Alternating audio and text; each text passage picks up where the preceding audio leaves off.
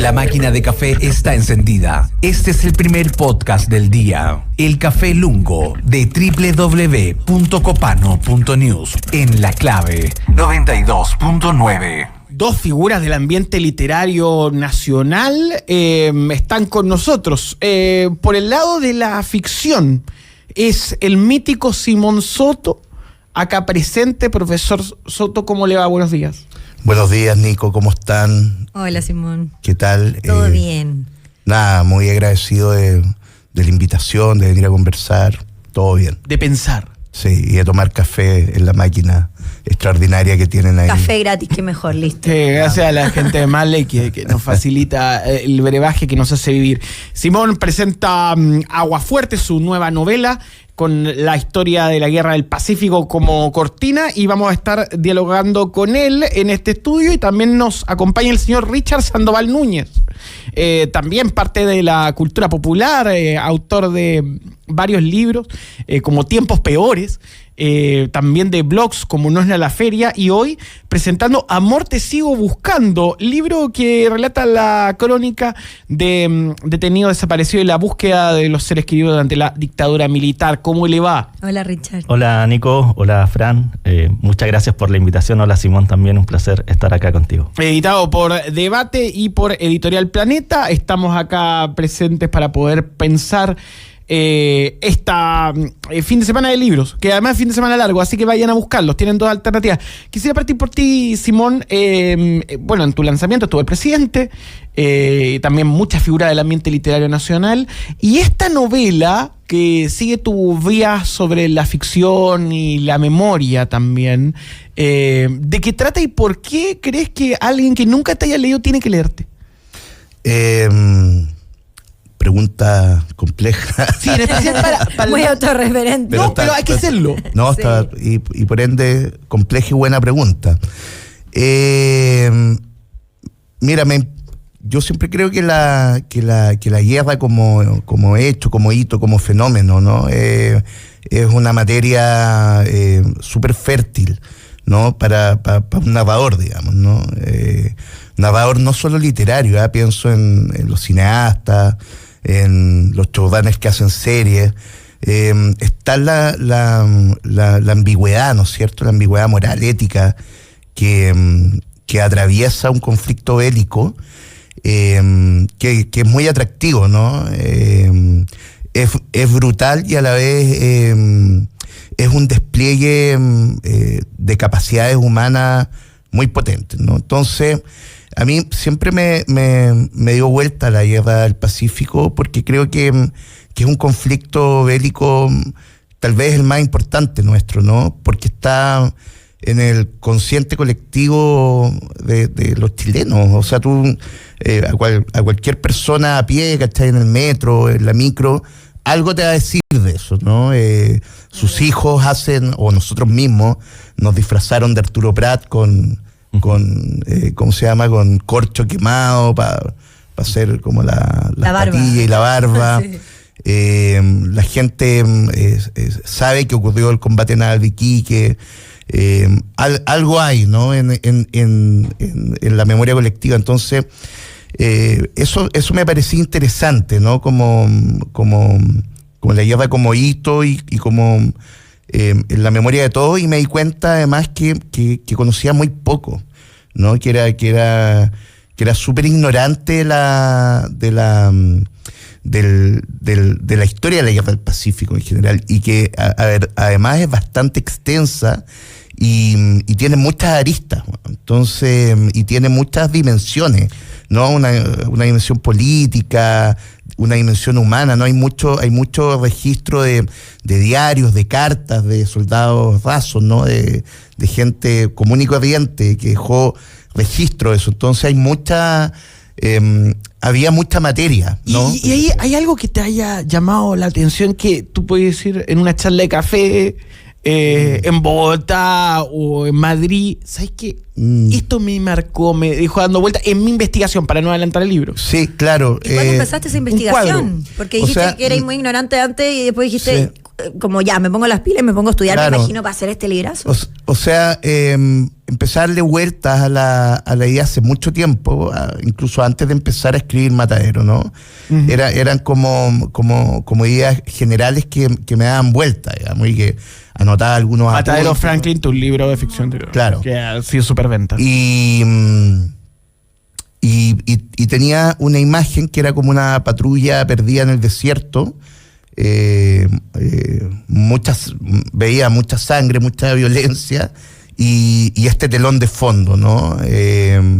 Y ahí empecé a investigar, empecé a leer muchos materiales desde historiografía militar dura, ¿no? Como el estudio de las campañas, de los teatros bélicos, ¿cachai? Como de los despliegues así técnicos, hasta materiales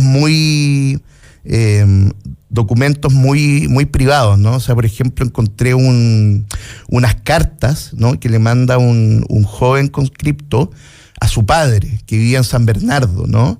Este muchacho se había enrolado en el regimiento Win, ¿no? Y casi como por ni siquiera por una convicción patriótica, nada, o sea, por hacer algo, porque era un joven de procedencia proletaria, ¿no? Entonces se enroló para tener como un oficio, digamos, ¿no? Entonces va dando cuenta de en estas cartas, este padre va dando cuenta de su experiencia sumamente privada, ¿no? Y emotiva y también muy ambigua, ¿no? Como frente a toda esta cuestión que no entiende demasiado.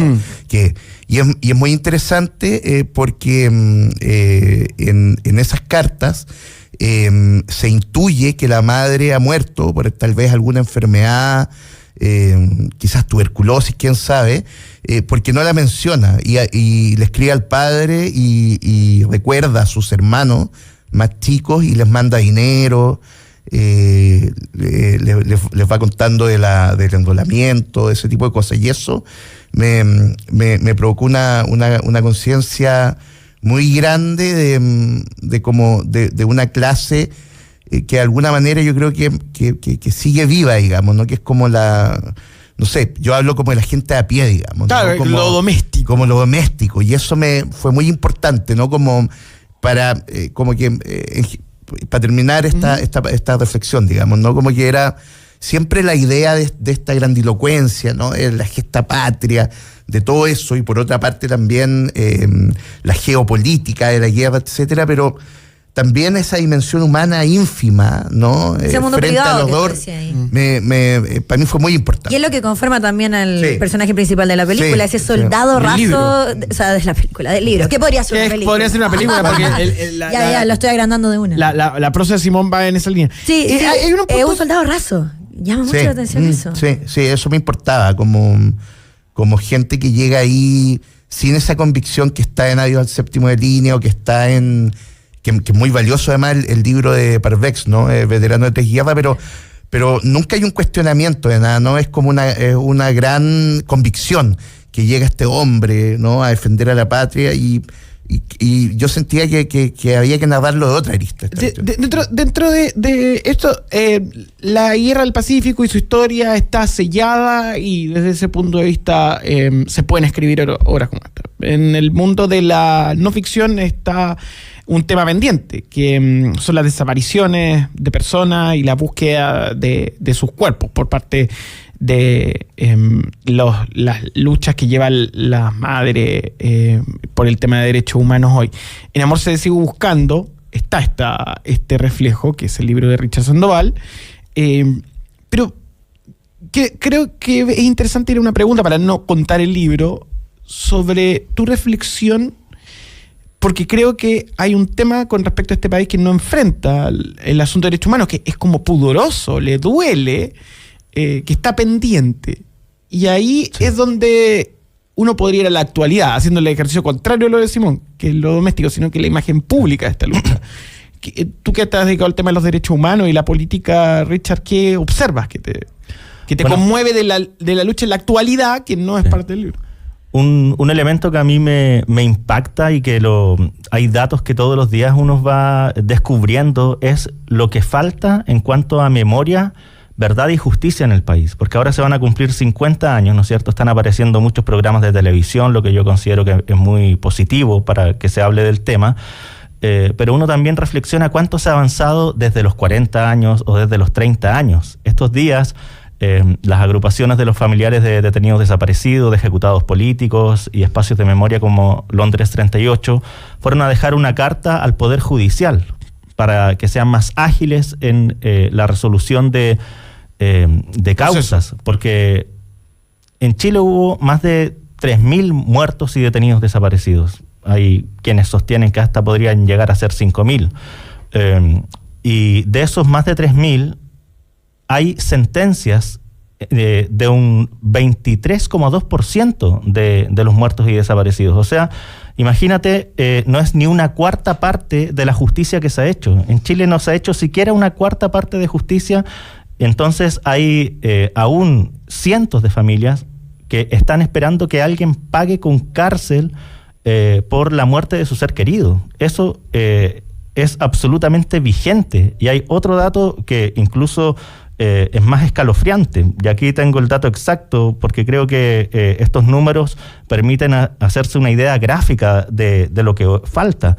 De 1.469 detenidos desaparecidos, solo 307 han sido encontrados e identificados. O sea, es un nivel de barbaridad que está con una herida abierta. Claro, y eso mantiene enojo muy comprensible y también desolación. Richard, pero ¿por qué ese dolor y esa desolación que dice Nico se ve reflejada en personas que quizá no fueron afectadas directamente por esto? Uno se imagina que ese dolor obviamente va vinculado con alguien que lo vivió de cerca o alguien que pudo comprender esto con un detenido desaparecido o con alguien mucho más vinculado a temas de la dictadura. Pero ¿qué te dice la gente cuando compra tus libros? ¿Qué te dice la gente cuando se interesa por estos temas? Quizás gente ni siquiera de Chile, gente del extranjero que le llama mucho la atención la temática de la dictadura en Chile. Yo creo que... O nuevas generaciones también. Sí, una respuesta a esa pregunta puede ser el impacto que no se ve respecto a lo que hizo la dictadura, y que fue una cuestión que a mí también me llamó mucho la atención durante el proceso de investigación. Por ejemplo, en la comuna de San Joaquín, en la población La Legua, allí hay más de 70 muertos que dejó el golpe y la dictadura. En el libro Amor te sigo buscando yo recreo lo que fue la resistencia de la población La Legua el mismo día 11 de septiembre, que es algo que casi nadie lo conoce, que no está en la historia oficial, pero La Legua dio un combate, incluso con bazucazos, con piedras, con palos, pero fue el lugar que resistió el golpe el día 11. Y luego de esa resistencia hubo una venganza de la dictadura que se tradujo en un allanamiento masivo, en donde a todos se los llevaban al Estadio Nacional, y en el relato del libro aparece un protagonista que tiene 15 años y que tuvo que ser testigo de simulacros de fusilamiento, de torturas, de muertes de vecinos. Entonces, hoy en día toda la población La Legua tiene algo que ver con la dictadura y con el golpe. Claro, y eso va permeando a las generaciones, o sea, porque son historias que están ahí presentes. La memoria es la posibilidad de conversarlas. Estamos junto a Simón Soto y a Richard Sandoval hablando de una ficción y una no ficción vinculada con la memoria y la historia. Simón, cuando pensamos Aguafuerte, ¿de qué trata? Es básicamente el viaje y la búsqueda, ¿no es cierto?, con el telón de fondo de la Guerra del Pacífico, y específicamente del arranque de las campañas terrestres, que empieza con la campaña de Tarapacá, con la toma de Pisagua, ¿no? Bajo ese telón, la novela narra la historia de la búsqueda de una especie como de elixir mítico, ¿no? Que nunca está demasiado claro ni demasiado definido en la novela, ¿no? Pero es una especie como de quimera, ¿no? De una especie como de... que es lo que le da el título a la novela, ¿no? Un propósito. Un propósito que se supone que es una especie como de de agua que fluye de manantiales subterráneos en ciertos lugares, ¿no? Y en el desierto hay uno. Pero se pierde el foco a lo largo del libro. O sea, es que primero desvirtúa. Claro, o sea, primero arranca, ¿no es cierto? La historia del agua fuerte es una especie como de trama subterránea de la novela, ¿no? Porque primero arranca como una novela bélica así de género, digamos, ¿no? Con el relato de la toma de Pisagua, como con la gesta militar, digamos. Y a medida que va avanzando la historia y vamos entendiendo el vínculo que tiene este personaje protagónico que se llama Manuel Romero, ¿no? Que es este soldado raso de origen muy proleta, ¿no? Campesino, ¿no? Fue inquilino en un fundo grande. Vamos entendiendo por qué él tiene un vínculo con esta especie de mito, ¿no? De mito cuasi religioso, ¿no? Como esa es básicamente la historia de la novela, ¿no? Y está dividida en dos partes, ¿no? Que yo siempre cuando estaba trabajando en la estructura de la novela y sobre todo escribiendo, la pensaba como la primera parte como la novela bélica pura, ¿no? Y la segunda parte como un western Cormac McCarthyniano, ¿no? Como un western como crepuscular, oscuro, sangriento, ¿no? Sórdido, ¿no? Y de descenso. Es nuestro Red Dead Redemption. Como tiene algo. Oye, Simón, y respecto a la guerra en sí, ¿cómo crees que se observaría esto desde Perú? Que un peruano lea Agua Fuerte, ¿crees que le aportará una perspectiva distinta? Mira, no lo sé. Yo creo que para los peruanos sigue siendo un tema muy complejo, muy delicado, porque en las campañas finales, cuando los chilenos llegaron tomaron Lima, etcétera, fue una cuestión muy, muy agresiva, muy violenta, terrible. Se violaron mujeres, se robaron cosas, se mató gente. Entonces hay un recuerdo muy, muy oscuro y muy sórdido nuestro, ¿no? Porque hicimos cosas terribles allá, ¿no?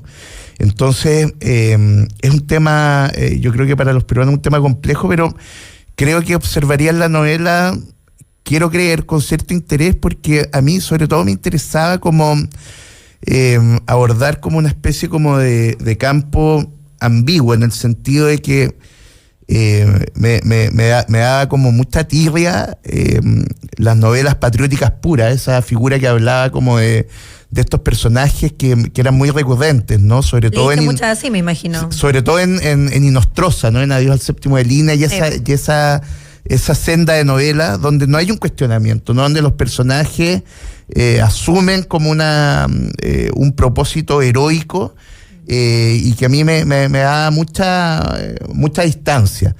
Y a la vez también como la mirada únicamente como geopolítica, ¿no? Y crítica, ¿no? Como de que y que por supuesto hay tiene mucho sentido también, ¿no? Como el tema como de la apropiación del salitre, de los territorios, ¿cachai? Pero a mí lo que me interesaba abordar era no como una línea, o un campo semántico entre esas dos lecturas, ¿no? Como una línea como ambigua de la lectura de la guerra y de ese conflicto en particular. ¿Te lo imaginas como serie o película? ¿Fue el objetivo? No lo sé. Vamos por los derechos. O sea, es que igual, a diferencia de Matadero, que es una novela muy clásica en su estructura y por lo tanto que es adaptable porque por lo que estoy diciendo, ¿no? Porque tiene una forma narrativa mucho más clásica. Esta tiene otro nivel de complejidad en su estructura. Tiene cambios de narradores, tiene otros tiempos, ¿no? Entonces, no sé bien cómo podría ser una adaptación. Igual siempre me interesa porque le pega un espaldarazo al proceso. libros y cae platita, y eso siempre es bienvenido. Richard, Amor te sigo buscando. ¿Qué es y por qué es importante leerlo camino a estos 50 años? Bueno, son 3 crónicas en un estilo narrativo, también con diferentes voces, con múltiples personajes, que permiten hacerse una idea de lo que ha significado la violación de derechos humanos, los crímenes de lesa humanidad, desde una escala humana y social. En el primer relato aparece la historia de 2 hermanos detenidos desaparecidos, que fue una historia que a mí me impactó cuando la primera vez que la escuché. Imaginarse para una mamá que 2 de tus hijos sean detenidos desaparecidos, y bueno, esa mamá, que es la señora Arminda Morales, estuvo dispuesta a dar su vida, como casi todas las mujeres de los detenidos desaparecidos que hicieron la huelga de hambre. Se relata la huelga de hambre larga, cuando estuvieron 17 días sin comer en iglesias de Santiago, que fue una manera de decirle al mundo que en Chile sí habían crímenes de lesa humanidad, cuando Pinochet se encargaba de decir: no, estos tipos se fueron a Dinamarca, están disfrutando del exilio, o simplemente no existían. Era otra de sus respuestas. Entonces se van a encontrar con estos relatos que también son una suerte de homenaje a estas señoras, y las formas que eligieron para reclamar, para pedir justicia.